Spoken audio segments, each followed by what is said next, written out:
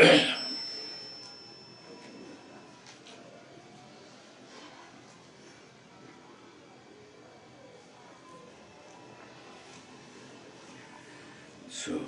Om Shanti. Adi, Adi.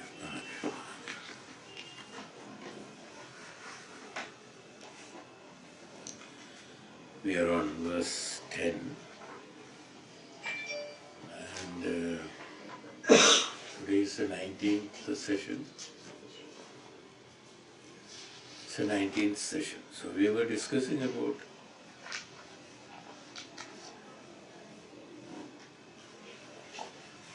Rishikesh. yeah.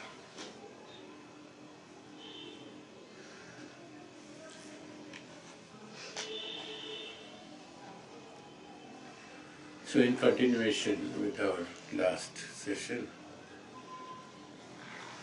here there is a word we had used, yatha akasho rishikesho anopati gato vibhu. So he would like to explain on that. Swamiji says,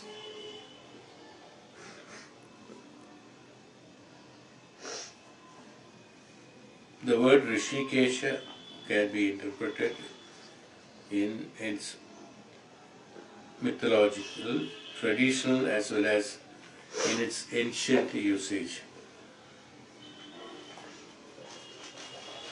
In traditional way, Rishikesha has been explained as Hriswa Kesha is Rishikesha. The Kesha is Hriswa, short. So in Mahabharata, Bhagavad Gita, you will find that he has tied his, according to what he says is that, taking it means whose hair is made short. In the battlefield at Kurukshetra, we meet Lord Krishna with all his curly hairs rolled up. So Rishikesha. It's actually Hrishikesha. Hriswa means small. Hriswa Kesha, the one who has got short hair, is also Rishikesha. Bhagavan is also known as that. There are so many other interpretations the great people have told about Rishikesha.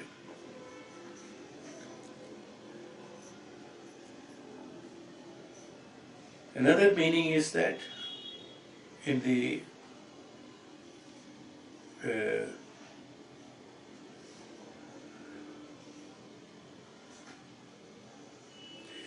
old obsolete meaning, when you go into that, Hrishika. Hrishika means the sense organs. Panchendriyas. Hrishika means Panchendriyas. So that's why Hrishika or Rishika, they said, is an old, this one is that Panchendriyas or sense organs. So also, this also means about the Lord of the organs. So Rishikesha is also the Lord of organs, Lord of the sense organs. The sense organs are controlled by the Lord. So these sense organs can function only so long as the life exists in us. We all understand that. If there is no life form in us, we will not be in a position to make use of this sense organs. So this functions only when the life is there. As long as the self, which is the Lord of the senses, rides in the body, so long alone are we enabled to see, smell, touch, speak, and so on. It is the one and only spark of life that pervades everything. Without this enlivening spirit, nothing will operate in this body or exist in the world outside.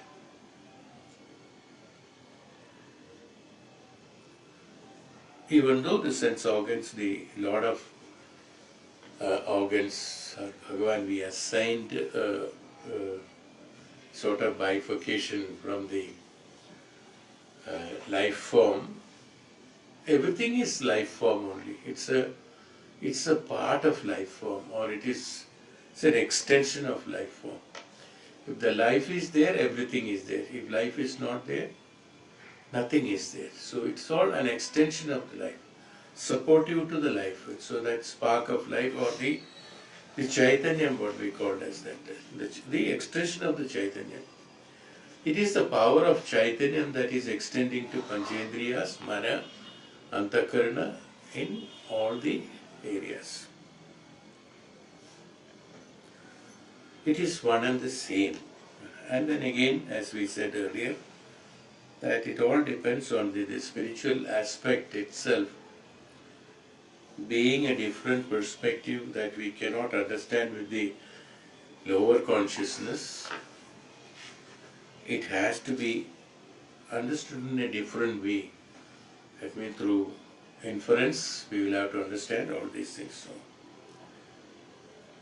the Bhagavan also, Devatas we said. Devatas are Indriyas we said. The Upanishad has explained that each Devata means each Indriya is a Devata. Devata is that one which controls above the knowledge, above the equivalent to the knowledge. It's called Deva. Where there is no negativity should be absorbed on that. So Deivikata. So that's why Indriyas should function according to Deivikata. That principle of life, that universal spirit, that all-pervading Brahman is worthily known as Vibhu. The principle of life, the universal spirit, that all-pervading Brahman is known as Vibhu. That's why Rishikesho Nano Upatigato Vibhu, Nano Upatigato Vibhu. They are all based on this Vibhu, meaning the all-pervading. The all-pervading Vibhu, the truth, the Brahman, appears to be the pluralistic world, the Vibhu. That's from Vibhu only. Bhuta has come, Vibhuti has come, everything has come from the Vibhu. Vibhu is that all-pervading. From that all-pervading is only, it appears to us that the Vibhu or is pluralities or the Bhautikam. As stated before, because of various conditioning through which it functions, the upadhis, the Vibhu, the external, that means the all-pervading Vibhu, is seen or in a different manner by the bhutas, as pluralities, as differences, because the bhutas are looking to the pluralities or looking to the Vibhu through their own identification and understanding. That is why we identify them as separate, because this, the Dvaita Siddhanta we have explained earlier also, nothing new.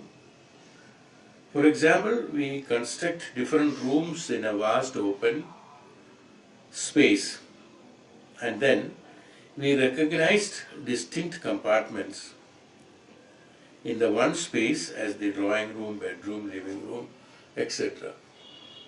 Once those divisions, this we have explained earlier in our Upanishad, if I remember correct. Once you break the walls, there is no identification of this. This identification are created by us in order to, that utility that we are making in each space, that utility what we are making, we name them according to that. It doesn't mean that we have divided the space actually, but we say this, we identify them as division of space, you see. We identify them, like the bhutas, like the Vibhuti is identified as pluralities. The space where we have constructed this also, we identify them as pluralities. In fact, it is the same space. In fact, there was, even the building itself is, when it is broken, there is no building at all, there is only one space. All the houses are broken in a place, means the whole thing becomes one space. Everything is a space. there are no divisions actually happening. We are not dividing the space at all, even though we call it as dividing the space. We are not dividing the space. We have presumably divided the space. You have built a wall doesn't mean it has divided the space. No. It is like drawing a line on the water. When you draw a line on the water with the finger, you will see a mark, and immediately after that, the water comes, closes it, you see. It is like that. There is no division of space. When there is no division of space, you can understand from this that why this example has been given by Bhagwan is that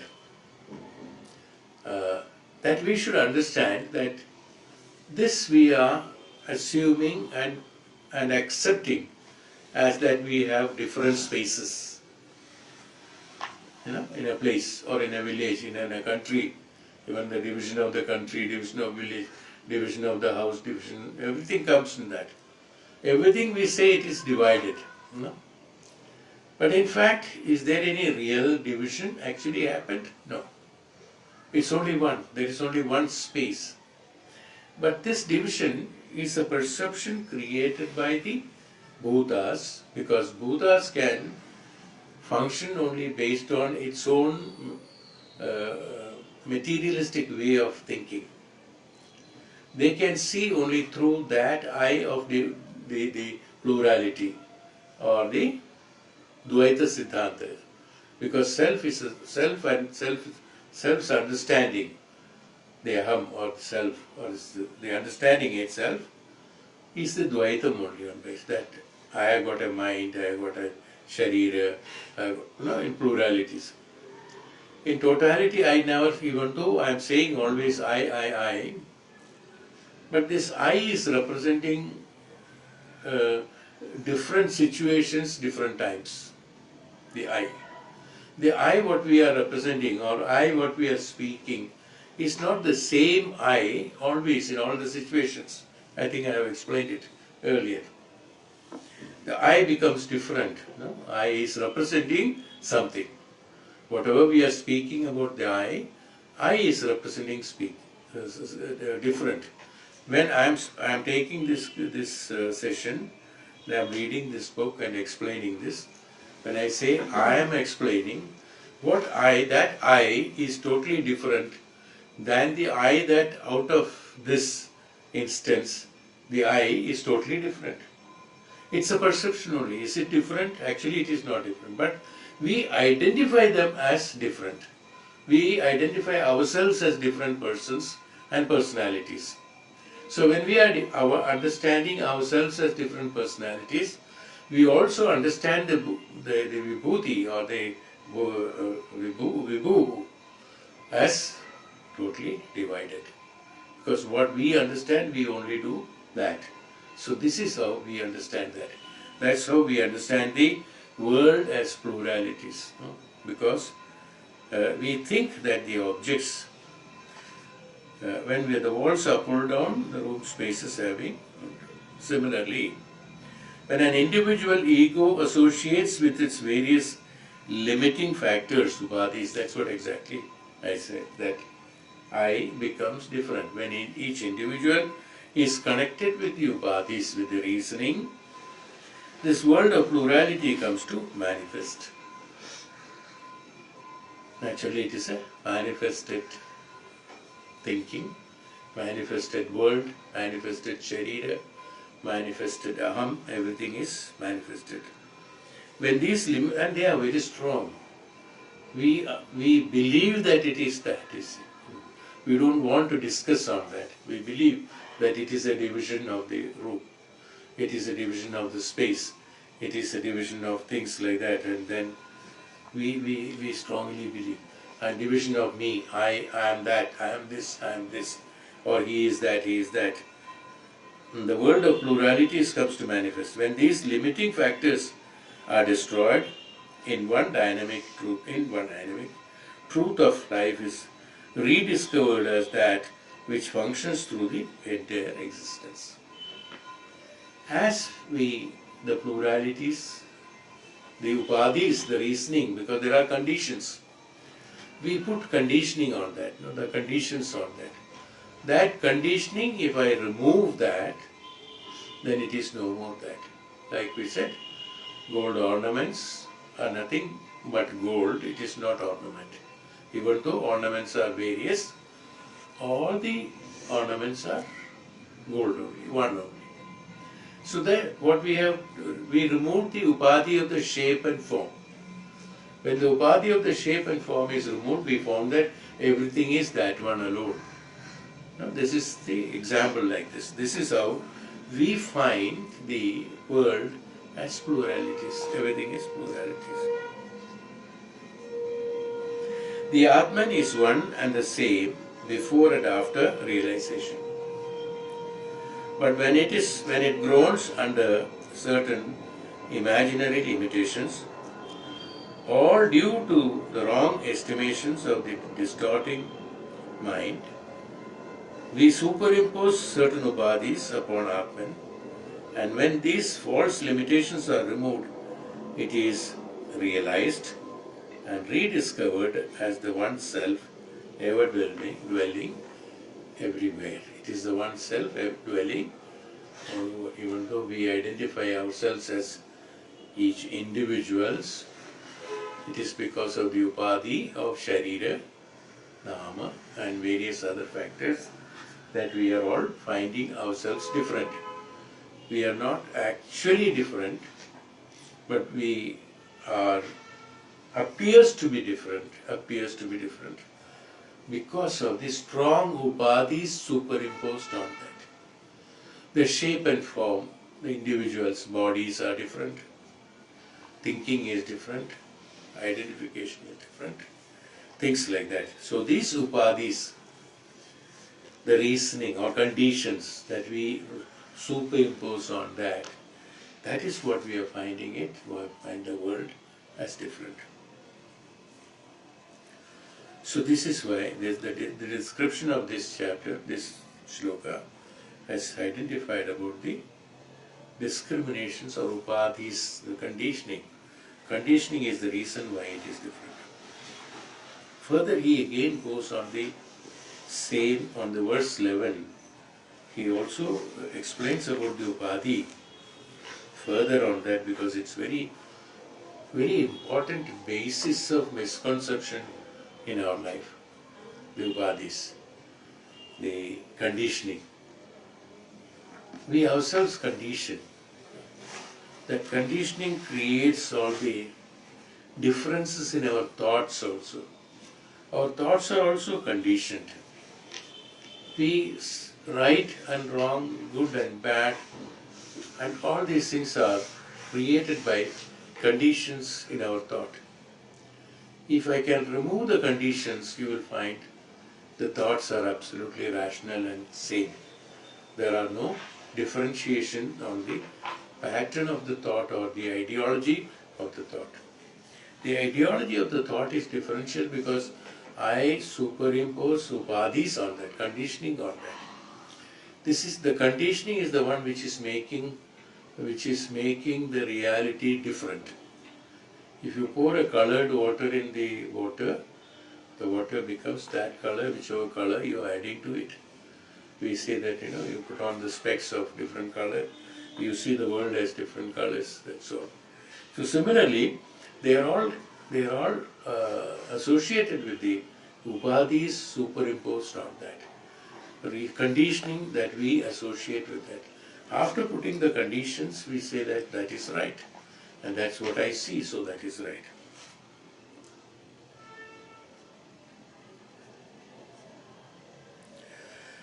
Nanopati Vh.Aadi Jati Varnashramadaya Atmanyaropita stoye Rasavarnadi Bhedavat Nanopati Vh.Aadi Jati Varnashramadaya Atmanya Aropita stoye Rasavarnadi Bhedavat. Because of its association with different conditionings,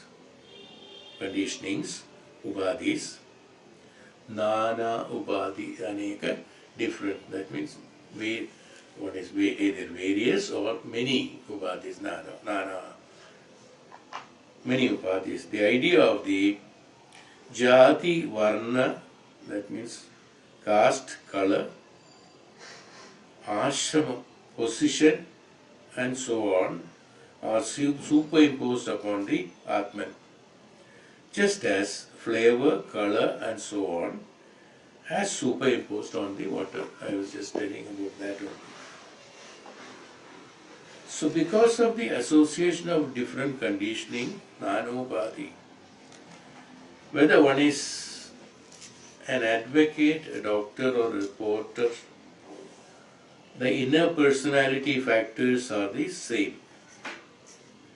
The education gained, the apprenticeship undergone, and the profession pursued are the only differences.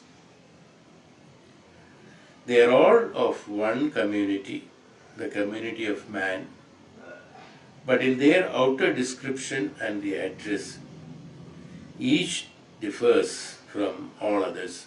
Similarly, life is the same everywhere, but the expression of the life manifesting through each one of them differs from all others. Whatever be the physical shape and form, name or caste, emotional beauty or intellectual grasp exhibited, the Atman is the same everywhere in all creatures. We have enough explained about this explanation, that again it is because of the name, caste, and according to the profession they identified themselves as so and so. If he's a doctor, he starts thinking as a doctor. People call him as a doctor. He starts thinking as a doctor, not as a human. He will present himself as a doctor. He will also execute all his karmas based on he as a doctor. That's what it says. Each individual personifies themselves according to the profession.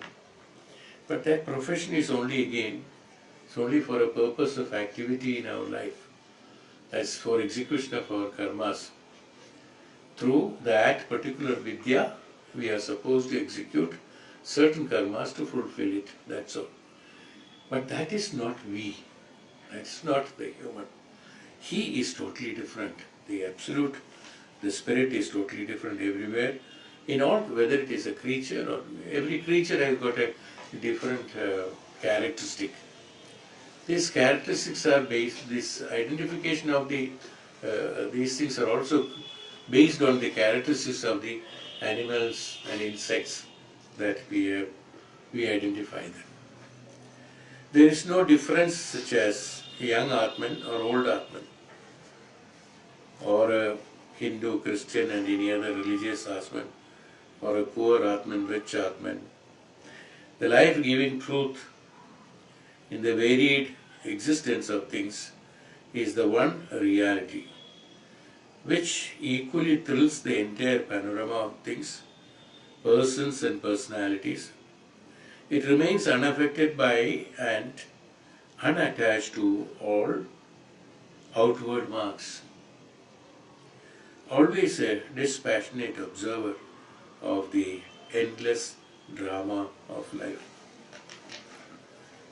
Again, the same, I think we have enough explained about the activities of that. He is further confirming or explaining to us that the Atma is same. As we said, we are acting as the professional. That profession as the Aham or Atma. My Atma is nothing, none of any of these have my activities. It has nothing to do with my activities because he is only a witness. Atman is a witness. It doesn't absorb the activities, whatever we are doing. it is not becoming influenced by our activities. No. Our activities are totally different because of the antakarana and indriyas and the mana. Based on our only understandings, we execute certain things and then we become different according to that. Atma is not responsible for it. Atman is a witness, not only a witness, just stand by. No. It is the spark or the Chaitanya which provides us. It's Atma, that which is providing the Chaitanya for us. We are utilizing the Chaitanya through different instruments in order to execute our karmas. So based on our karmas, we execute our activities through the power of Chaitanya we are receiving from the Atma. Like an electricity is produced by turbines or by any other nuclear power or any other power means, that Chaitanya is provided. But that power is used various different, even contradictory activities. Is it not? That power is not affected by any of these instruments be functioning. Is the power affected by the cooling equipment? Does the power become cool? No. Is the power influenced by the heating equipment? No. By the lighting equipment? No. By the darkening equipment? No. So varied activities are done through that power, by using that power. But the power remains as a witness without getting affected by the instruments functioning. Instruments are functioning according to various purposes. A cooling or heating or light or dark or traveling, flying. Anything is happening because of the power, but the power is a witness. Power is only a provider of the Chaitanya. Okay. Similarly, the Atma or the Parabrahman is a Chaitanya from where we draw the power to execute the karmas differently based on the karmas that we execute through the intellect, mind and the indriyas. But none of these activities of what we do is affected in the Atman, is affected in the Brahman. That is why this is unattached. It is not attached to any of your body or any of your activities you are doing. You are totally independent of that. I mean, the Atman is independent of that.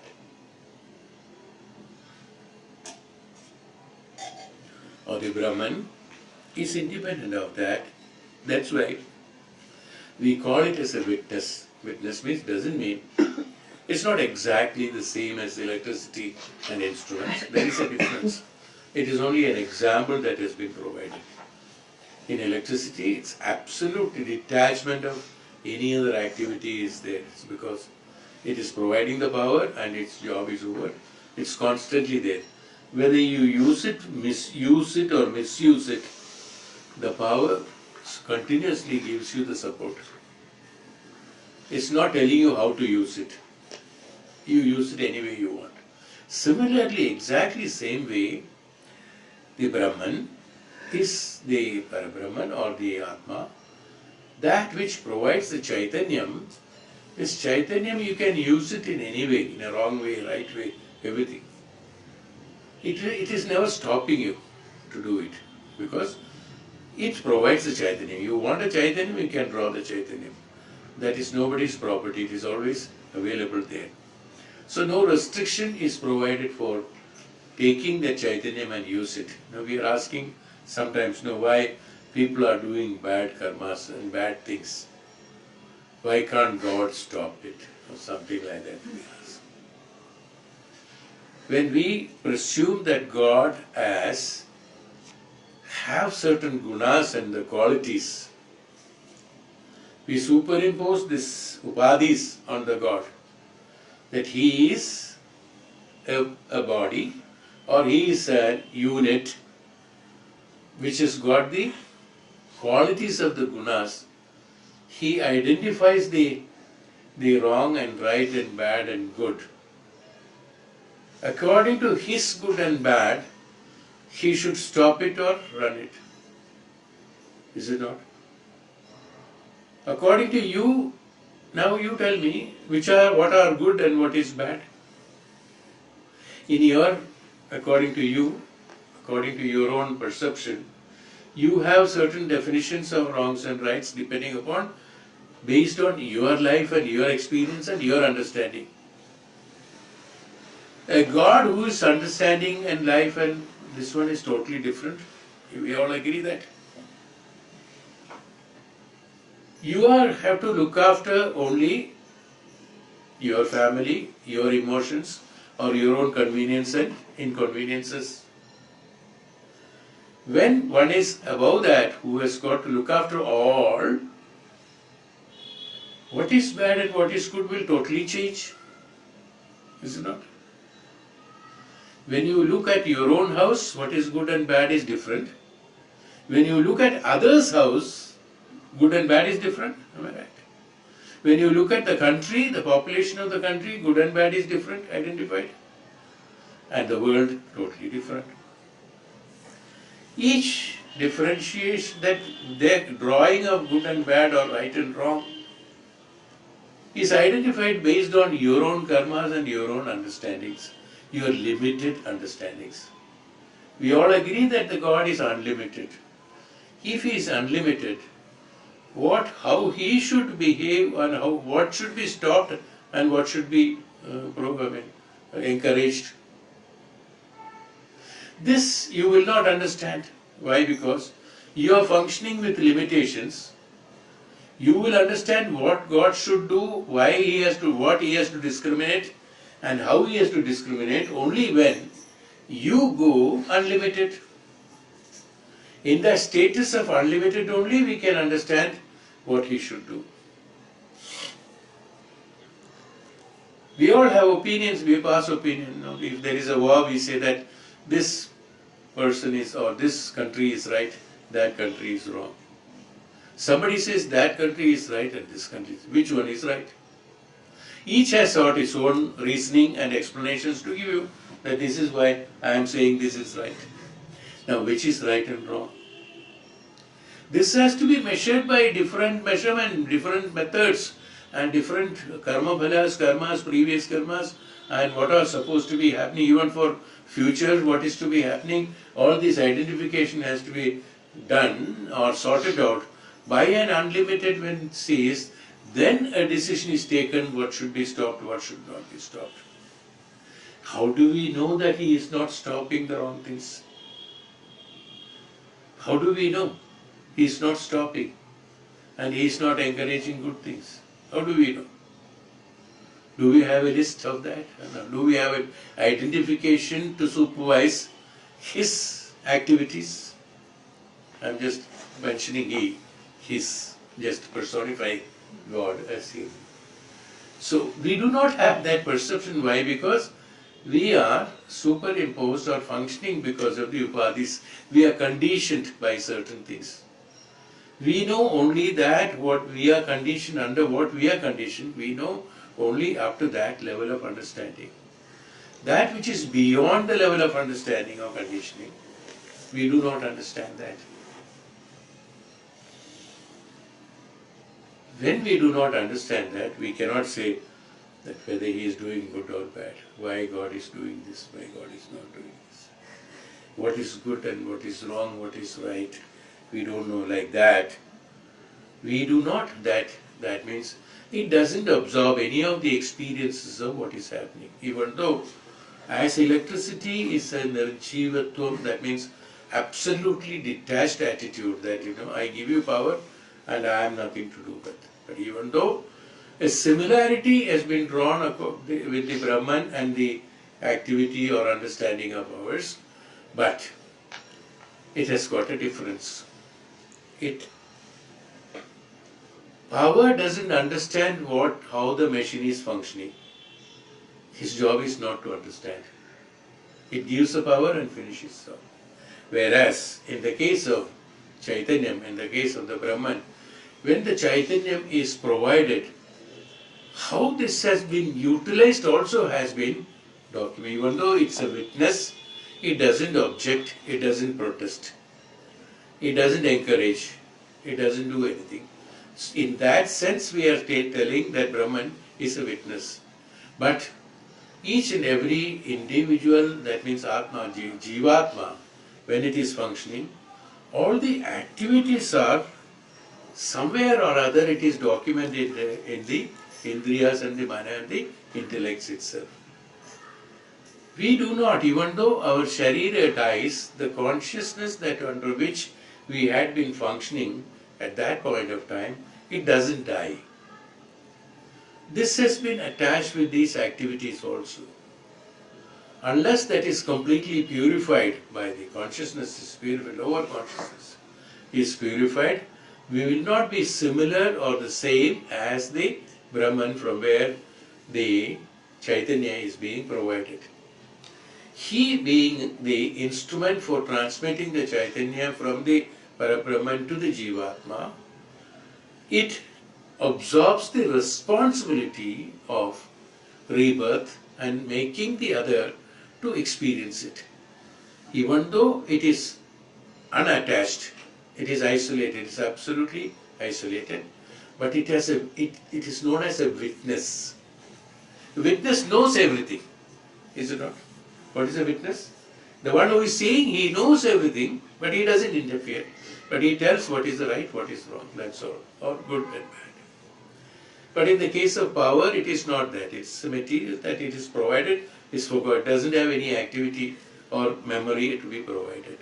Whereas in this case, there is a slight difference. That's why it is not exactly, but it's a similarity or it's an example to be understood, that's all.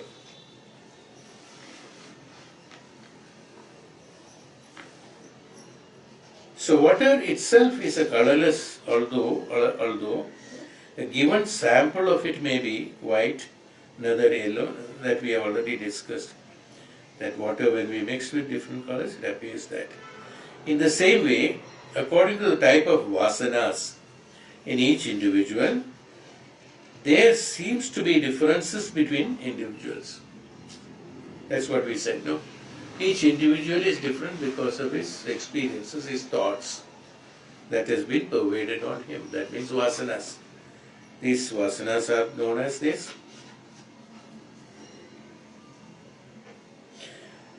Difference between the individual. If we remove the contamination caused by the limitations, upadhis, understand and experience the one inner spirit which runs through all the individuals, we would realize that the differences we have been perceiving is merely a superimposition on that one glorious reality, without whose illumination life would be dark and impossible, a non-existent non-entity.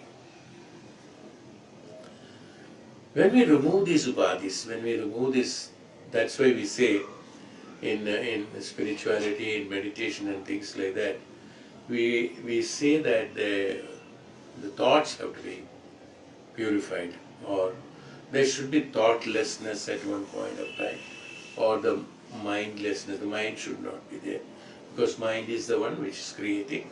Mind is known as, thoughts are known as mind only. The thoughts are the one, in other words, thought is the one which is mind. So that mind has to be removed through the process of tapasya. In tapasya, in meditation, what happens? We learn to renounce. Na iti, na iti. The renunciation takes place. Each and everything then we reject and we renounce. Ultimately, what is left over is only Purnata. Purnamadam, Purnamidam. Even though it appears that other things are, each and everything is Purna, each and everything is complete, but when we eliminate them also, that what remains is also a Purna, a complete. So that which are the Upadhis, it is not necessary for us to function. These Upadhis are not necessary. This conditioning is not necessary. But in order to make an ego function, conditionings are necessary. Is why these conditions have crept in the ego of Aham, in the I. When the true Aham, when it happened, when the jeevatma is born, and mana and sharira has been given, the true Aham was there. The true Aham is that individual functioning the karmas according to the dharmic way of doing execution of the karmas, and then purify it, and then the realization as well as the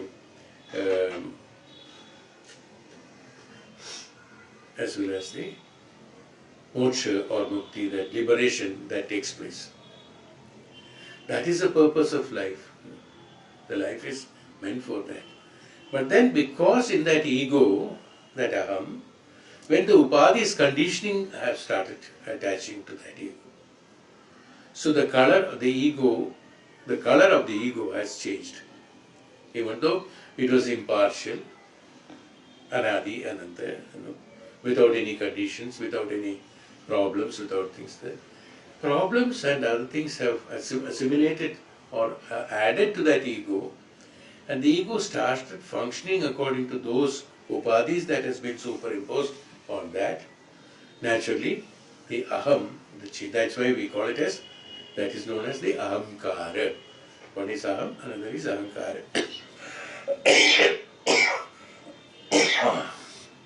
Ahamkara, that appearance of the aham. That which is not aham, we believe that is aham. That's what do you mean by ahankara? Ahankara means understanding that which is aham, understanding that this is aham which is not aham. The true aham is that without any of these conditions, without any of these inhibitions, without any of these desires, attachments, attractions, nothing. That's the true aham. That aham knows exactly how to execute the karmas and then liberate itself. Is aware. That's why everybody knows that how to get the liberation. But the upadhis superimposed on that, upadhis come into that. What happens? The understanding of the aham or the purity of the aham has been maligned. It has been influenced by the upadhis, influenced by the what is it? Yes, conditions. These conditions have become the aham, actually. They have become the aham. So that is why it is known as ahamkara. The aham, that which is functioning according to kara means krityam. The aham which is functioning according to upadhis is ahankara. As it is, aham is necessary because that is why that individual jiva, that's why we called it as jeevatma, individual atma, and those interpretations are, even though atma is not individual, it is not divided. Atma is only, the Parabrahman is only one, the whole universe it has only one. We are in that actually, it is not that is in us. I told you last time also that we the spiritual being is experiencing the materialistic experiences or bodily experiences. We are not the body with the spiritual experience, it is not that. So we explained about this similarly. We are in that, we are all in that. You can imagine the whole thing is a big bubble of Chaitanya. All are in that Chaitanya floating like that. The one who understands the Chaitanya, he merges and dissolves into the Chaitanya. The one who identifies itself, even though it is floating in the Chaitanya, itself as different from the Chaitanya, it keeps on functioning of its own in the Chaitanya only. That is why they said, even after death, one merges with the Chaitanya. Because where are you dying? Where your Sharira is dying? In the Chaitanya only. We explained last time that the purity from the Prakriti of the Panchabhutas means what? This Chaitanya only. Those to be given back to it means it gets dissolved in it. Whatever karma it is doing, it is registered in them only. Actual death is not happening by disappearance of that particular form and shape. The death is not happening according to the rule. The true death is not happening. The true death happens when the perception of that sharira and mana disappears from them. That is why we call it as a rebirth. Rebirth is only, that's why, even Puranas, Kathas, everywhere they say that. It's only like Bhagavad Gita said, like the dirty clothes are being worn out, clothes are being changed, and new clothes are put. The Atma is the same, and the Sharira comes and goes, we said. No? There's a shloka on that. Immediately I'm not. Yeah, that old clothes are removed. Similarly, what happens? That means your death is not happening actually. It's only you are changing the sharira in order to, because that upadhi, you are changing the upadhi in order to fulfill your functions that which are supposed to be done by you. Even though everything is in the Chaitanyam, because of the situation and circumstances and different parts of the Chaitanyam, formations of the forms and shapes have taken place, and these forms and shapes, and when it is taken place, it starts functioning according to its own field of activities. Without understanding, it is still inside the Chaitanyam only, without understanding, because his upadhi is this ego, that upadhi or ego is not making him conscious that he is in the Chaitanyam. He believes the Chaitanyam is in him. You understand that? The fish, what is swimming under the water or in the sea, it is in the water, in the ocean only. All the fish, whether it is big or small fish, everyone, they are all inside the sea only. But they are all believing that, according to example I am saying, they are all believing they are all each individual fishes. Whether they are born, surviving and dying, everything happens inside the sea only. Similarly, we all are surviving in the Chaitanyam only. It's a big ball of Chaitanya. Let me just, for the sake of saying, big bubble of Chaitanyam, and every jeevatma is floating in that. While floating, it does its own activities. It goes and clashes against this another one. It goes and fixes with something. It goes and flies up or flies down. Everything happening. So many things are happening. And this, in order to do that, it takes it, so because of these situations, circumstances, and because of the various activities, because of the, like we can say that according to physics, when there is a differential pressure in the atmosphere, certain formation takes place. Like Sai Baba creates the Vibhuti. So somebody experimented on that and created, and they found out, not somebody in the old, very generations before itself, it has been identified that there are mantras when you chant. These mantras will create certain vibrations in the atmosphere. So if a person concentrates on a particular area or a particular, identify them in a 1 inch square. Okay, let me just say that for the sake of telling. 1 inch square, I focus only on that, then chant and say, create Vibhuti, it creates Vibhuti. Because everything is a part, depending upon the situation, circumstances, and according to physics, creating the differential pressures in the atmosphere can create objects from that, like shapes and forms of the objects on that. So when you chant this particularly, and immediately that whatever has been programmed according to you, that form and shape takes place, and it gives.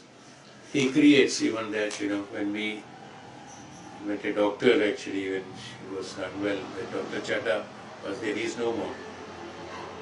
When we spoke to him, he is a great bhakt of Sai Baba actually. So he said he went to meet Sai Baba there, this Puttaparthi. He went with a problem or something. So he from the atmosphere created a ring for him. Then he gave it to him. He said, "You wear it." Now he wore it. But there is a time for that. After 1 year, after one day, doctor wanted to go and meet him again. He explained to us personally. We were also there at that time. He has explained to us personally. His wife also was there. He said that the ring disappeared from his finger. Then he went to him, told him that it was crowded or something like that. He could not get a personal appearance and appointment to him. But from a little distance he said that the ring is vanished. He said, "Yes, I know." Why? Because it has been programmed only to that.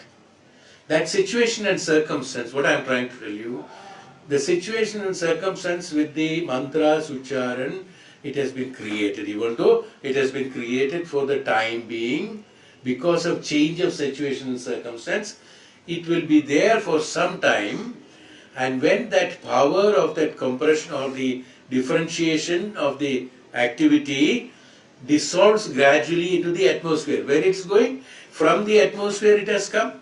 So when it is there, gradually every day, little by little, it is going off. No? And it dissolved into the atmosphere itself from where it has come. Human body is also like that. We are dying every day, in fact, according to that little by little, it is merging into the atmosphere. At one point of time, well, we don't disappear, because here the question of prana is there. In the objects, the prana is not there, so it disappears by itself. Whereas in the jivas, not only human, in the jivas, wherever the jeevatmas are there is an involvement of prana. So long the chaitanyam is providing the power, the physical body or the object remains as it is. When the prana goes off, after the prana is leaving the body, or the body leaves the prana, whatever it is, prana leaves the body actually, prana leaves the body, that means the purpose, the chaitanyam, provision of chaitanyam providing to that body is stopped, because that body and mind and the intellect cannot function beyond that, because the karma that has been done, supposed to be done by the intellect and mana and indriyas, either it is going in a wrong direction and utilizing chaitanyam differently, or the purpose for which this sharira has been made, according to like the ring, or like the Vibhuti, like the ring. Now, this sharira has been made for a particular time. After that particular time, the feeding of chaitanyam stops, because it has been programmed according to that. Like the ring has been made for a particular time. You got it? Similarly, there is no difference. So when the chaitanya goes off, the body is dead. It will automatically disintegrate into the atmosphere. If nobody burns it or buries it or whatever it is. Even if you leave it like that also, it will automatically, like the ring has vanished slowly, the body will also vanish into the atmosphere slowly. That's all. Nothing will be remaining. Will it remain after 1 month or something, the dead body lying somewhere? No. It all will evaporate and go into the Panchabhutas, because the time provided to that is finished. So this Chaitanyam provides only to certain extent. This has been created. Like even human being can create by chanting of mantras, and certain objects have been created like ring, Vibhuti, many things. He produces shivling and all that comes. The principally it is because of that. What is that magic? It's not a magic. It is a science. It is by chanting this mantra. As I told you, concentrate on particular spot and then chant particular mantras will change the that particular area will change the shape and form of the atmosphere and will form according to the thought that is being, there's a process, is being inducted into it, it forms that, and that becomes that. That space becomes that. But that space cannot remain always that object, because object is only derived from the space. So it has to go back to the space again, because it is not permanent, because this is not permanent. No? It is not immortal, it is mortal. That's why we call it as mortal, that it has to vanish, because it's that. So with the pressure of the atmosphere, with the contact in the atmosphere, gradually when the impact of the mantra or impact of the forces which created that particular unit is slowly loses its power, it disintegrates. Body also is that. See? Is it clear? Alright? Got it. Similarly, the jeevatmas are created. So when the prana leaves, the body leaves away like that. So during the process of this, as I told you, we are all inside that.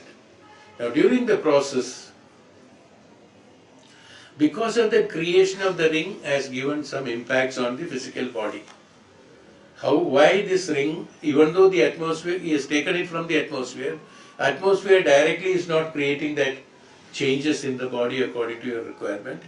But the ring that has been created in the new, it has changed.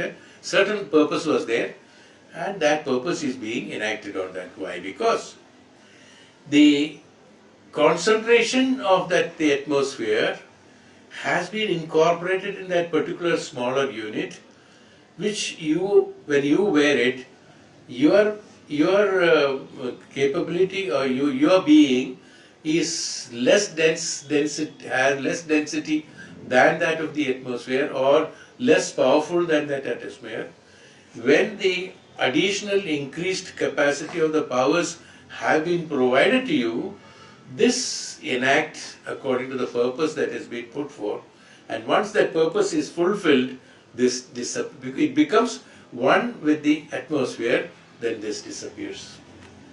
Got my point? Am I clear? Similarly, when the body becomes disintegration, it is absolutely necessary. When the karma is not being furnished by the body depending upon the requirement, the jeevatma which has been created, the jiva has been created, each body, mind and intellect, indriyas have been created for a particular period of time. That's why even Bhagavan said to the asuras and others, they said that if you are born, you have to die. Why? Because this being born is done, I have explained it earlier also, creation or being born is done based on that from the atmosphere, that particular unit has been taken out and meant for a particular execution of karmas for a period of time. Now the time is calculated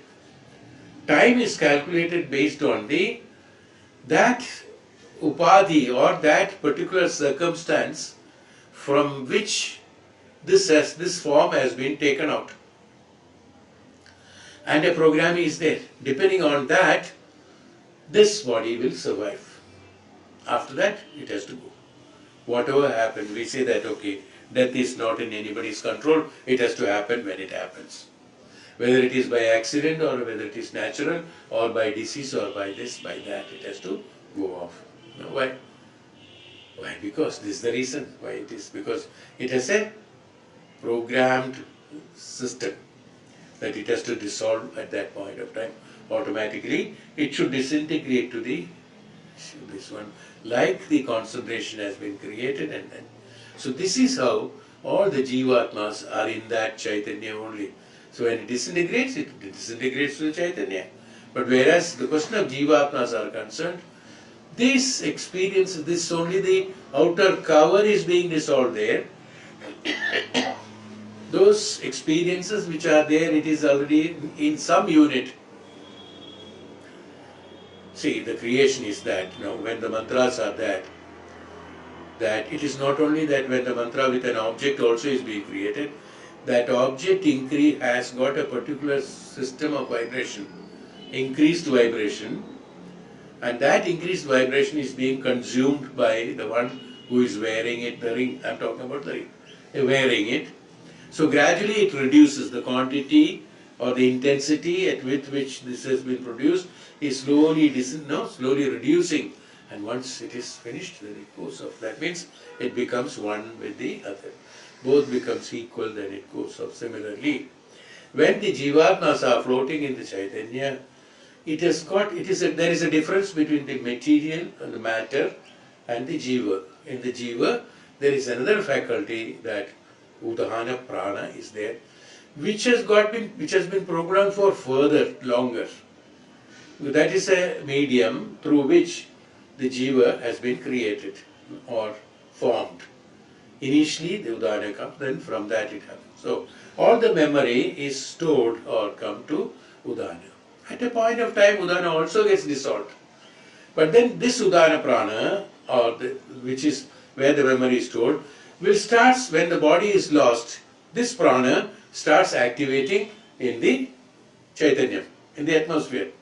Because of its evolutions that taking place, the udhana prana, that udhana prana will create another body for him to experience that. And that gets dissolved. Once the synchronization of udhana prana with the Chaitanya or with the Parabrahman becomes one, then it no more functions on that. Till the time these memories are there, it is not dying. The body of in the Chaitanya, the body dies and vanishes, but the udhana prana stores that memory. We said that in Upanishad, we have explained this. It stores the memory in the sense that Chaitanya, that udhana prana is different in the programming. It can survive more than the body, mind and intellect, so it is surviving. Probably if you keep udhana prana as it is, if the udhana prana is inactive, leave it as it is, that also will disintegrate at a time to the atmosphere, no doubt about it, with the prana. But the swabhava of the udhana prana, as the body of the udhana prana, as the body's function is that in order to execute karmas, mana and like that, udhana prana's swabhava is that to activate and then create. So long the memories are there, it keeps in the Chaitanya, it creates an atmosphere and creates another body, and that udhana prana comes in. Now, how to get rid of it is the process of spirituality. When you do tapasya, when you do the jiva, when you do living according to dharmic way of living, we say that purification of mind. What do you mean by that? Is that you purify your mind means you synchronize that once it is purified, that purified mind becomes one with the Atman or one with the Parabrahman, one with the Chaitanyam, whatever you call it. One with the Chaitanyam. When it becomes both are same, the integration takes place. When you pour oil on the water, the oil floats. Till the time that oily substance is there, the fat is there, oily substance is there, its density is lighter than the water, so it floats on the water. Once that, in whichever manner, if you can remove that fat content from that, it becomes one with the water. We have explained about so many things. Dissolving salt in the water, dissolving sugar in the water, and things like that. I have given the examples in our Upanishad class. When when the solid, that sugar's solidity is there. It has come from the water only. From the sugar cane juice only this sugar has been created, or has been created by chemicals. Okay, whatever it is. It's all were in the liquid form initially. So that crystallization has taken place at a particular circumstance, with a temperature or circumstance, pressure and temperature and all that, crystallization has taken place. That crystallization, that crystal, when it is put into the liquid, the water, because in contact with the water, the purpose with which the crystallization has been made, it loses its property and it gets dissolved into the water, and sugar, that grain or whatever, what is it? The crystal cannot be seen at one point of time. It integrates with the water.